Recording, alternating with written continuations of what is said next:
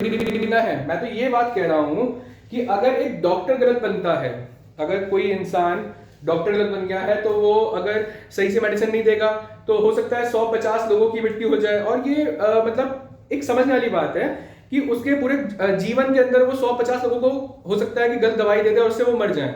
वहीं पर अगर हम बात करें कि कोई बुरा इंजीनियर बन गया है और उसने कोई कंस्ट्रक्शन करी किसी ब्रिज वगैरह की, तो उस ब्रिज के कोई हादसा हुआ उसके ब्रिज के ऊपर, तो हो सकता है कि उसके अंदर कुछ लोगों की मृत्यु हो जाए।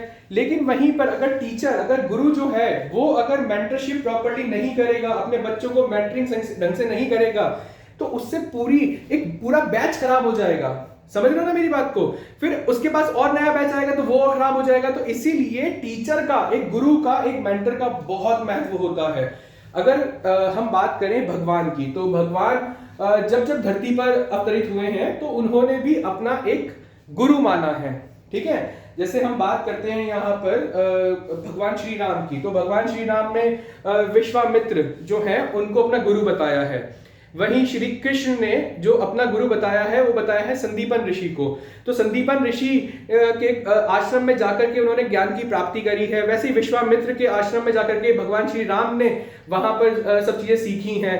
और मुझे लगता है कि इन सबका जो एक पौरुष हम देखते हैं कि मतलब इनके अंदर एक करेक्टर आया है, वो वहीं से तो आया। उनकी मेंटरशिप जैसी होगी वैसे ही तो वो बनेंगे। द्रोणाचार्य ने मेंटरिंग करी पांडवों की और कौरवों की। ठीक है, तो एक तरफ वो पांडव है और एक तरफ वो कौरव है। आपको समझ गया है कि मतलब कौन कैसा है, कौन पॉजिटिव है, कौन नेगेटिव है। ये आप बहुत समझदार है इस मामले में, मैं लंबा खींचूंगा नहीं इस बात को। तो मुझे लगता है कि जैसे मैं एग्जाम्पल देता हूं चंद्रगुप्त का और चाणक्य का। तो चंद्रगुप्त जब तक चाणक्य से नहीं मिले थे तो वो बहुत डायरेक्शनलेस थे।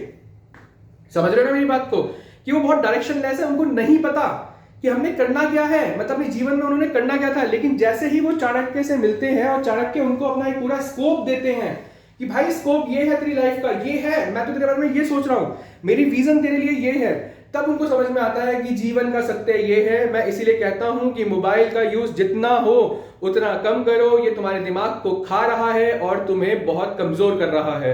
एक समय था जब हम लोग थे तो हम मोबाइल नंबर्स को बहुत अच्छे से याद रखते थे। 10 डिजिट के नंबर जो हुआ करते थे, हाँ भाई इसका नंबर क्या है, उसका नंबर क्या है, ये हमें याद रहता था। लेकिन आज की डेट में हमें याद ही नहीं रहता है कि किसी का एक का, अगर मैं तुम्हारी मम्मी पापा का नंबर पूछूं तुम्हें वो तो याद रहेगा, लेकिन किसी तीसरे का नंबर पूछ लिया तो भाई भूल जाओगे।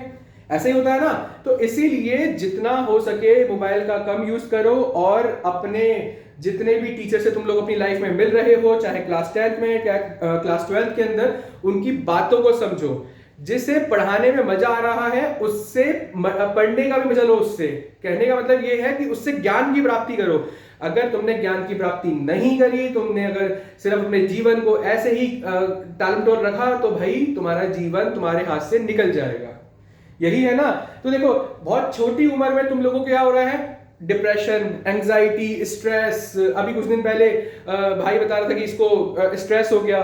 तो ये कुछ नहीं है, ये सिर्फ तुम्हारी साइकोलॉजिकल प्रॉब्लम्स हैं जो तुम सोच रहे हो। अरे भाई एक बताओ, जिस देश के अंदर 26 साल की, जिसके अंदर मतलब मैं एक करेक्टर की बात कर रहा हूं और ये सच में है, भूलना मत, इसके बारे में जितना बता रहा हूं वो सुनते जाना। 26 साल की उम्र है, 6 महीने का बेटा है और अपनी पीठ पर इनको अपने बच्चे को बांधा हुआ है और दोनों हाथों में तलवार लेकर के लड़ रही है। अगर किसी को पता हो तो ये मैं बता रहा हूं रानी लक्ष्मीबाई के बारे में।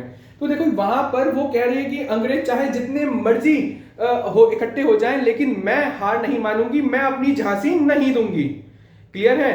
तो देखो यहां पर 26 साल की उम्र की एक औरत ने कितना ताकतवर अपने आप को दिखाया है। वहीं पर जब हम महाराणा प्रताप के बारे में बात करते हैं तो आप जानते ही हैं कि उन्होंने जंगलों में भटके हैं अपने घोड़े के साथ में, और देन उन्होंने घास की रोटियां खाई हैं। ठीक है, तो ये स्ट्रगल है लाइफ का। तुम ये मत सोचो कि तुम क्या करने वाले हो, क्या होगा।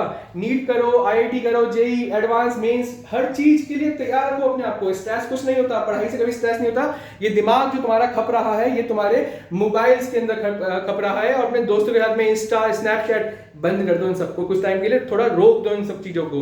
तुम्हें बड़ी आसान लगेगी जिंदगी की, हाँ कुछ